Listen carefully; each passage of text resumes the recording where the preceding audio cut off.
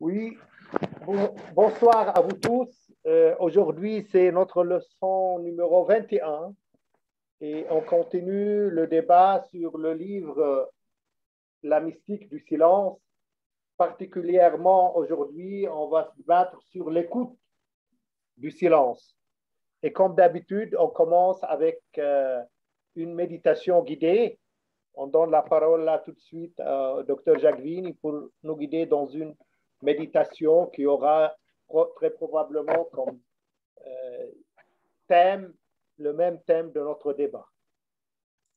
Oui, et donc je peux vous signaler qu'il y a Florence Rigol qui d'habitude est sur Zoom, elle est très régulièrement, mais là, comme elle habite près d'ici, qu'elle est venue au stage, elle est restée et donc elle est dans la salle avec moi pour suivre la session.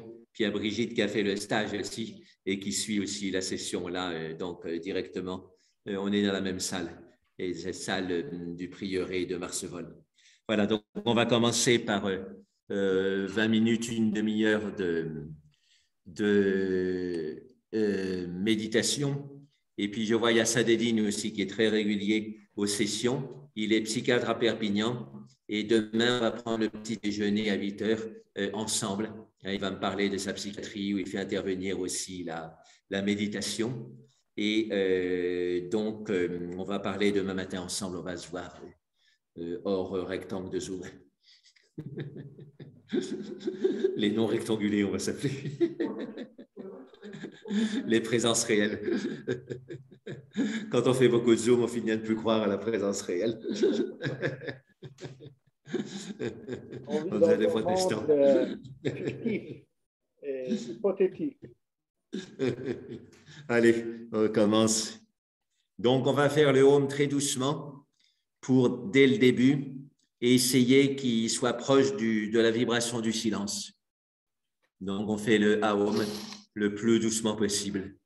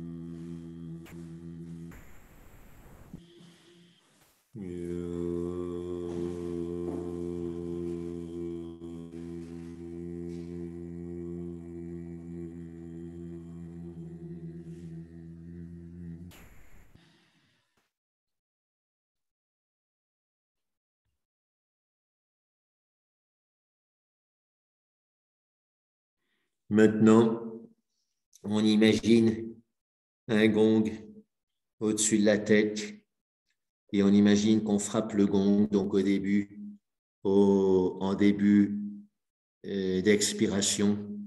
Donc, ça ressemble au Aum. C'est un son sur l'expiration qui remplit tout le corps et qui donne une sensation d'unité et d'arrêt du mental, voire même d'arrêt des sensations.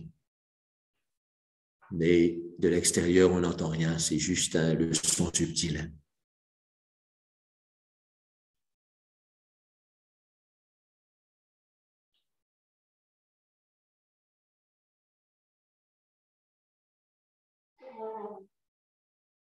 Donc, tout est comme le home subtil, sauf qu'il n'y a pas de son.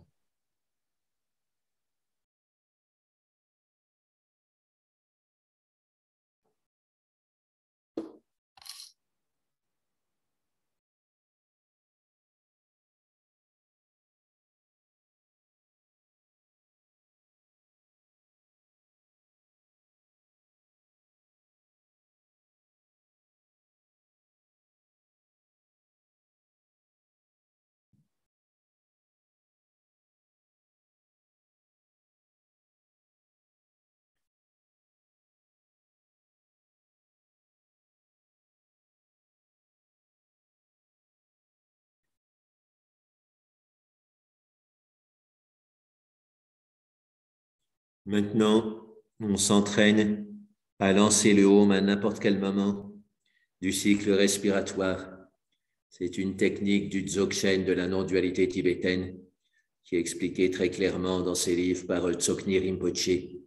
Pour la petite histoire, Tsoknyi Rinpoche a étudié depuis l'âge de 10-12 ans au monastère de Tashilchung avec le même maître que Tenzin Palmo, c'est-à-dire le 8e Kamtrul Rinpoche.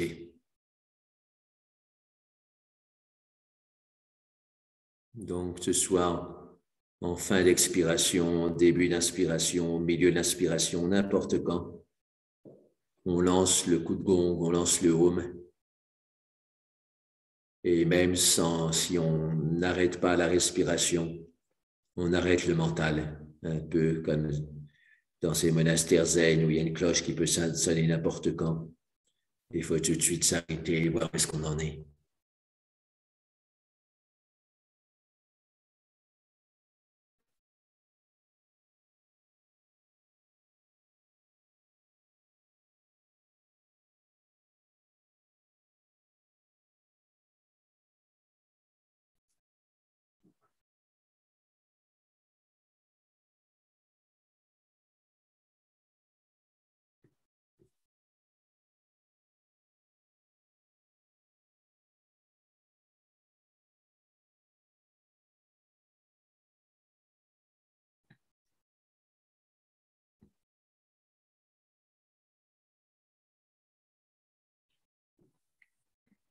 On a cette intuition du son qui paralyse. Par exemple, quand quelqu'un vient d'être paralysé par un choc émotionnel, on dit « il a été bien sonné ». Donc, avec ce home subtil, on est bien sonné, c'est-à-dire que notre mental s'arrête.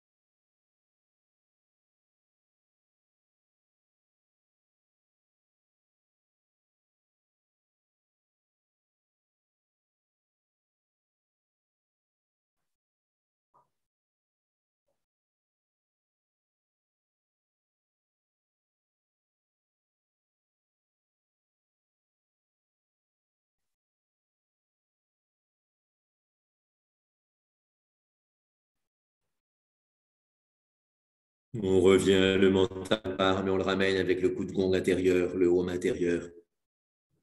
C'est pratique, hein, pouvoir arrêter le mental d'un coup de gong.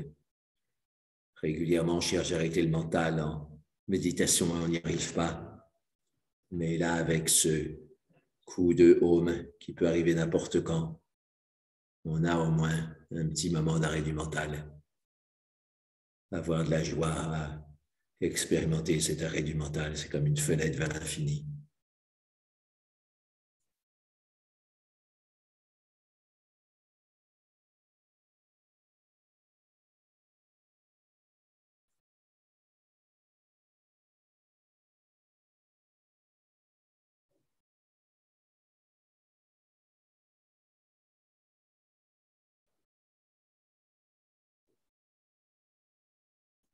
Arjuna disait dans la lettre à un ami spirituel Un vrai maître spirituel, c'était comme une porte ouverte sur le vide.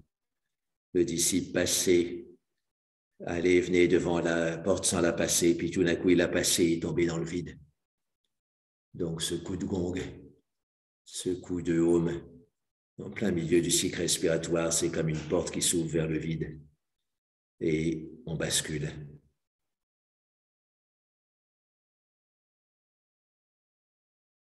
En ce sens, le home, le gong est notre maître spirituel.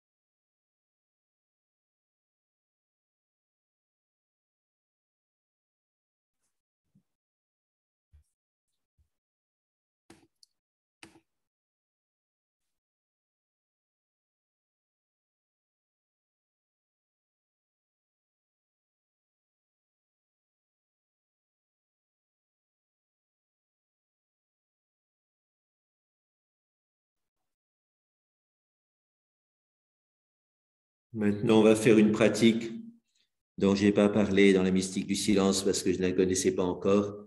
Je l'ai apprise avec Alan Wallace lors d'un stage au centre Tushita de la Mazopa à Dharamsala il y a 2 ans peut-être. Donc, c'est une belle pratique très ancienne. C'est la pratique de la libération spontanée de Padmasambhava. Donc, Alan Wallace a écrit tout un livre là-dessus que j'ai acheté, que je n'ai pas encore eu le temps de lire, mais que je le ferai sans doute quand je reviendrai à l'Ermitage. Par contre, il nous indiquait la pratique de base et elle est assez simple. Donc, on va la faire ensemble. Elle est basée sur l'attention auditive, comme l'écoute du son du silence.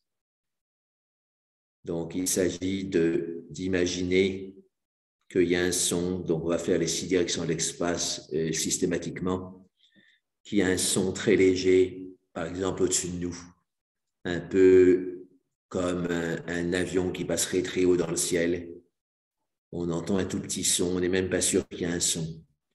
Du coup, on augmente l'intensité de son attention auditive vers le haut. Et on n'est toujours pas sûr qu'il y a un petit son. Du coup, on renforce encore l'attention auditive. On continue comme ça sur plusieurs cycles. Puis tout d'un coup, on se dit non, il n'y a pas de son. Du coup, on lâche l'attention auditive. Et dans ce lâcher-prise, donc on sentait l'espace à cause de l'attention auditive vers le haut. Puis quand on lâche, c'est comme si on sentait le vide de son de l'espace. Et ça relaxe en quelque sorte l'espace. Et ça, c'est très libérateur. Parce que si l'espace lui-même est relaxé, tous les phénomènes mentaux qui nécessairement se manifestent dans cet espace de l'esprit seront relaxés aussi.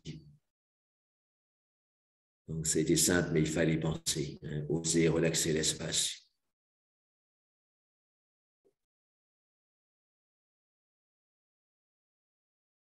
On recommence un cycle. C'est aussi comme la méthode de relaxation de Jacobson, mais au niveau auditif. On serre le muscle de l'attention auditive vers le haut, comme on serrait un bras. Sur plusieurs cycles, on augmente la tension. Puis tout d'un coup, on lâche tout et là, on se relaxe complètement. Donc, quand on relâche la tension auditive vers le haut, on relaxe complètement l'espace. Et c'est le but.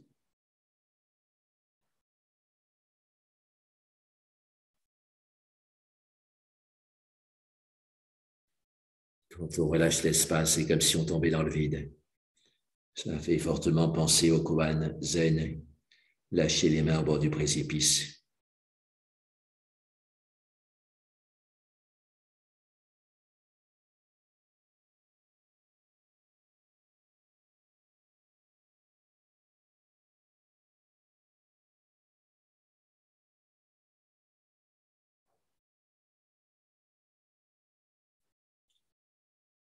Maintenant, on va aller un peu plus rapidement dans les 5 autres directions vers l'avant.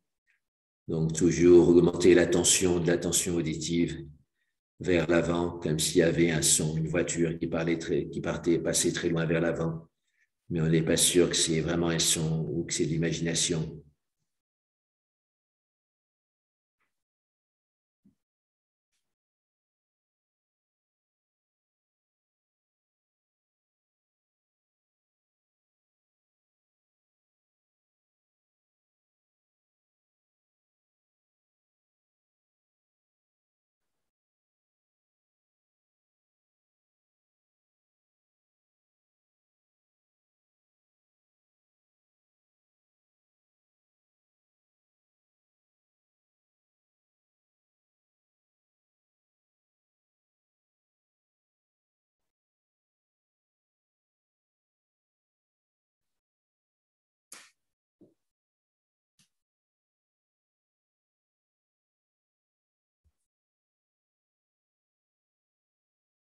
Maintenant, on lâche. C'est comme si on tombait dans le précipice.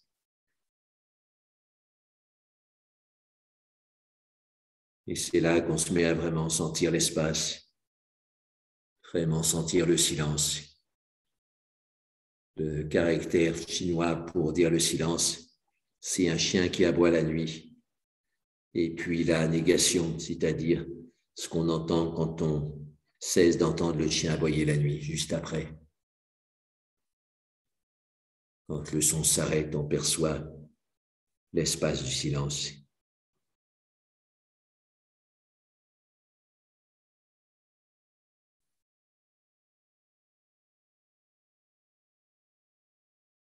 On fait l'expérience de tomber dans le vide du silence et ça, c'est une libération spontanée.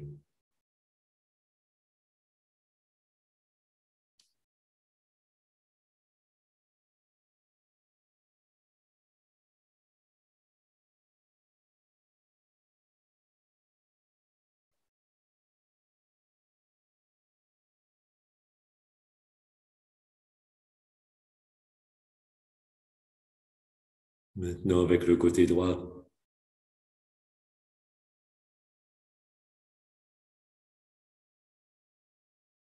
on écoute à droite de façon de plus en plus attentive.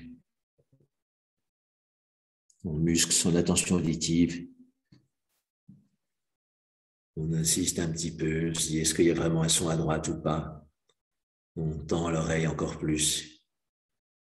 On tend toute la perception de l'espace à droite.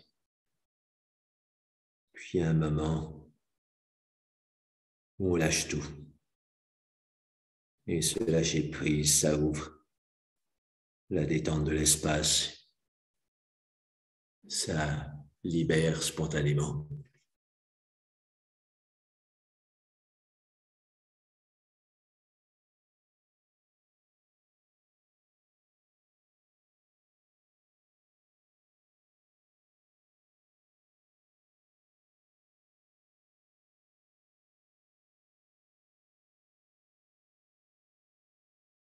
Insister sur la chute libre, sur l'abandon de l'audition. Comme on dit passer, il n'y a rien à voir. Là, on dit passer, il n'y a rien à entendre.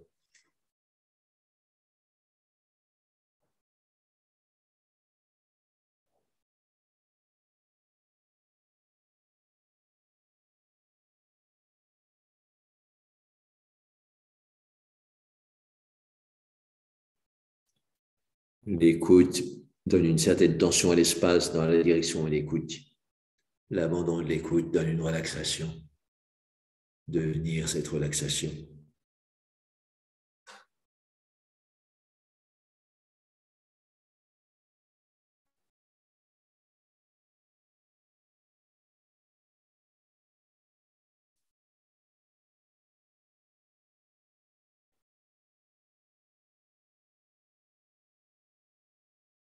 Maintenant à l'arrière.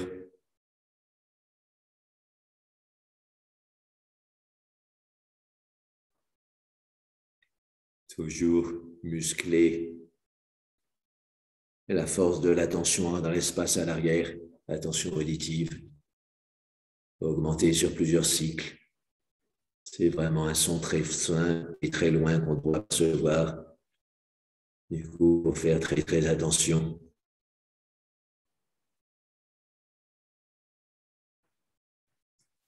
On sent tout l'espace à l'arrière qui est énergétisé par l'attention auditive.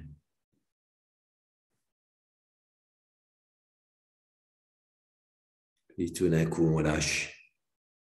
Et quand on lâche, on tombe dans le précipice.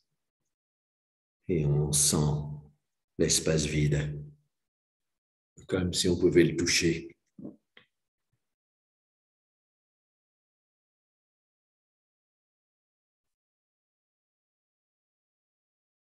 On relaxe l'espace et quand on relaxe l'espace, on relaxe la manière dont on considère tous les phénomènes.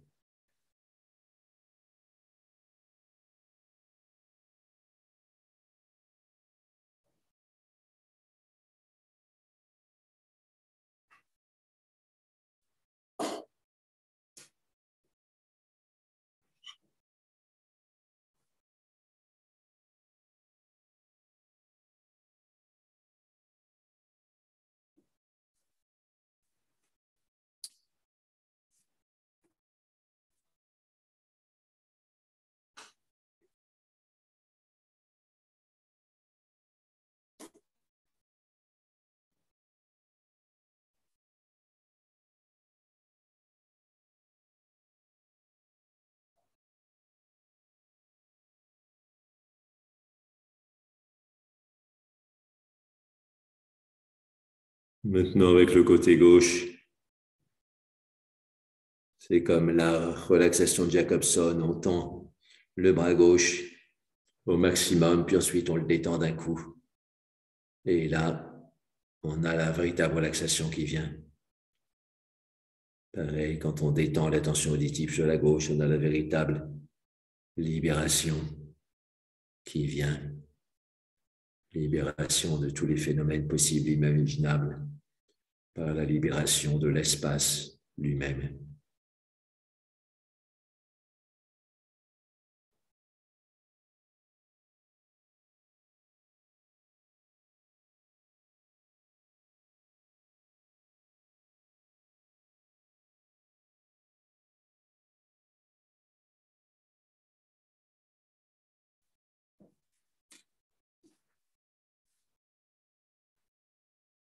Pour finir, on fait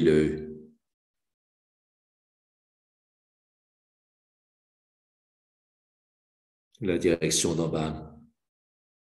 Donc, tension sur plusieurs cycles et ensuite détente directe.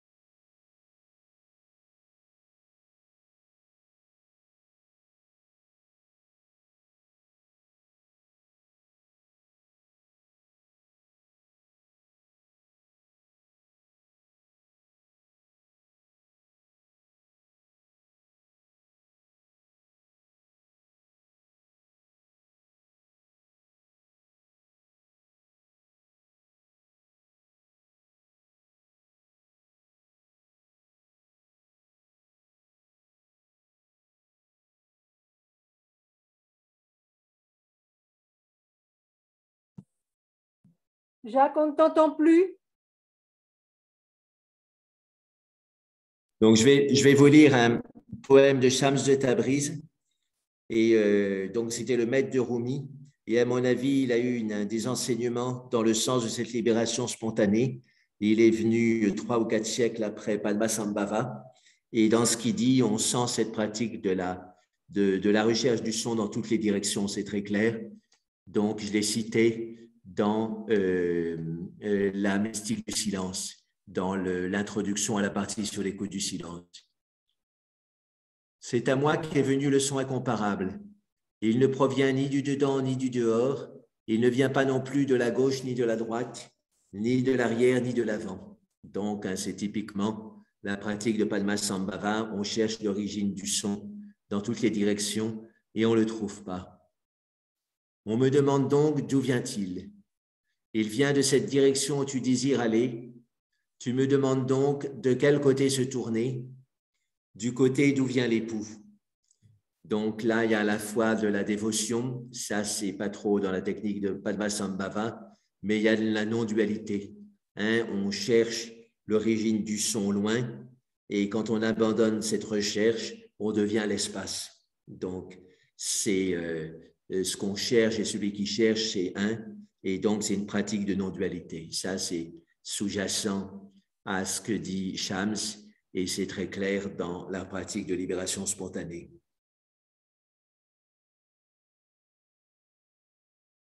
Donc, cette recherche du son, cet abandon de l'envie de trouver l'origine du son, ça crée une perception de l'espace extrêmement claire, extrêmement précieuse finalement.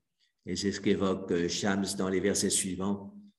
Ce son vient de cette direction, d'où le mûrissement vient aux fruits. De cette direction, tous les pierres deviennent diamants. L'espace ordinaire, ça contient des pierres. L'espace illuminé par la conscience, ça contient des diamants. On peut méditer un peu là-dessus.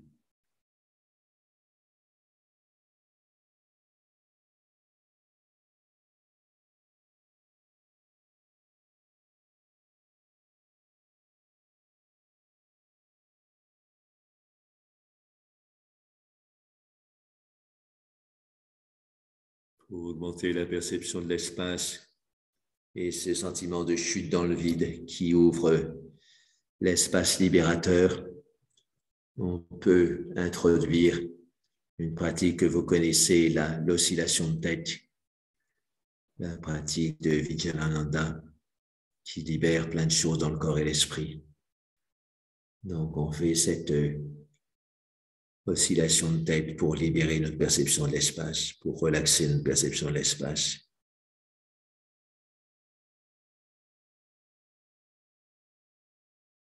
Ça aide considérablement à la libération spontanée.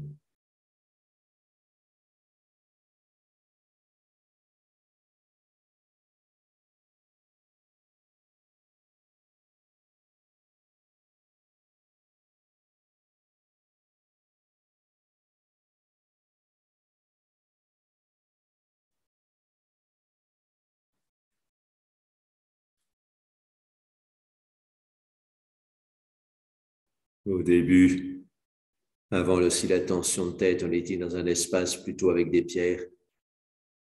Mais avec l'oscillation de tête, on perçoit un espace plein de diamants.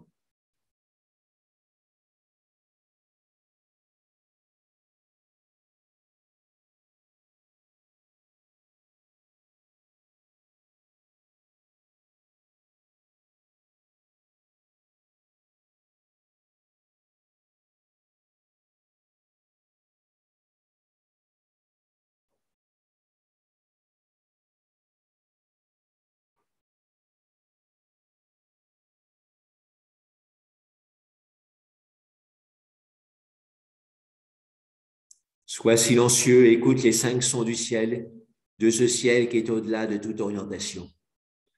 Donc, de nouveau, cette idée d'absence d'origine localisée du son, de désorientation, ça fait penser à la chute dans le vide, ça fait penser au koan zen, lâcher les mains au bord du précipice.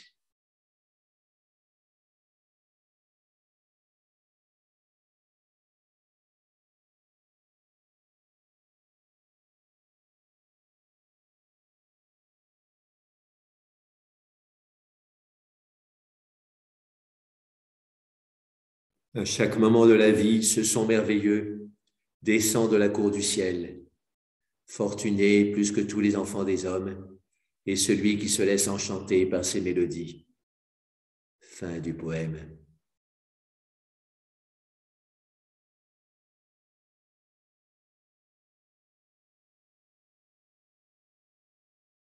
Ce grésillement est toujours là pour tout le monde, mais il faut quand même se laisser enchanter par ce grésillement. Il faut jouer le jeu. Mais si on joue le jeu, à ce moment-là, on est plus fortuné que tous les enfants des hommes. On est le plus fortuné des enfants des hommes. Donc, on passe encore un peu de temps et on va finir là-dessus pour se laisser enchanter par ce son du silence qui descend de la cour du ciel. C'est le Udgita de la Chandogya Upanishad, le chant d'en haut, le chant qui descend d'en haut.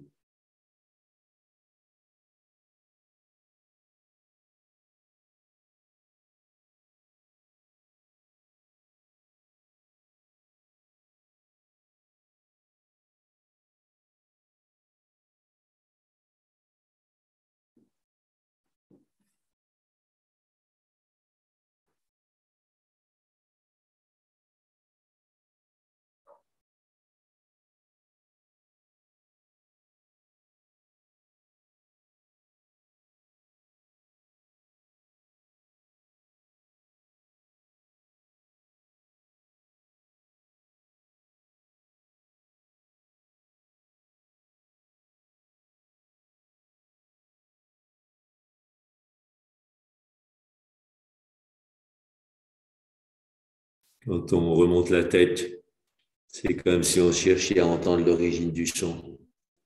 Quand on laisse aller la tête vers l'avant, c'est comme si on abandonnait cette recherche et qu'on se laissait tomber dans le vide.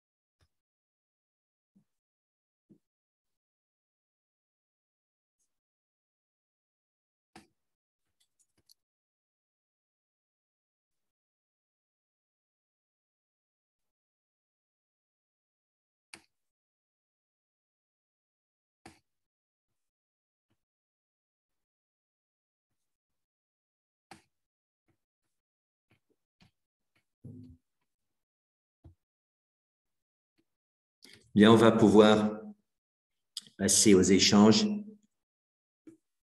C'est essayer de vous envoyer ce poème de Shams de Tabriz, mais il y a un problème technique, mais on réussira un peu plus tard. Voilà. Sinon, il est dans mon livre Les Mystiques du Silence. Ceux qui l'ont le retrouveront. C'est au début, à la fin de l'introduction de la troisième partie.